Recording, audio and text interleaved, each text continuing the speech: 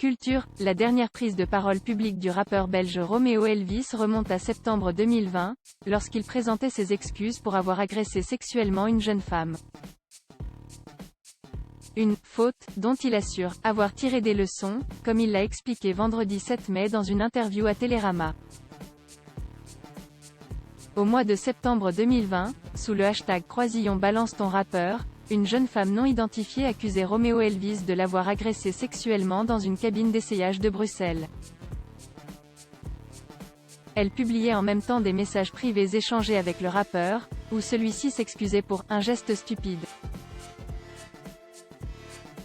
Dans les colonnes de Télérama 8 mois après l'affaire, le rappeur l'assure « Je voudrais que les gens entendent que j'ai compris ma faute.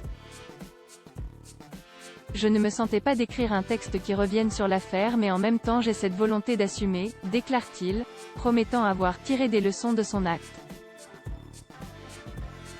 En quoi ma compagne et ma petite sœur en sont responsables? Toutefois, s'il affirme comprendre la réaction de celle qu'il a dénoncée sur les réseaux sociaux, il ne cache pas son étonnement vis-à-vis de ceux qui s'en sont pris à sa sœur la chanteuse Angèle. Au milieu de l'affaire, l'interprète du titre « Balance ton porc », connu pour son engagement contre les violences sexuelles, avait été sommé par beaucoup de réagir aux accusations, sous le hashtag Croisillon balance ton FRE. En quoi ma compagne et ma petite sœur, qui se sont fait prendre à partie sur les réseaux, en sont responsables? S'interroge le rappeur. J'en reviens toujours à cette pensée que c'est moi qui ai provoqué tout cela. 2 ans après Chocolat, le nouvel album de Romeo Elvis devrait sortir à la rentrée prochaine.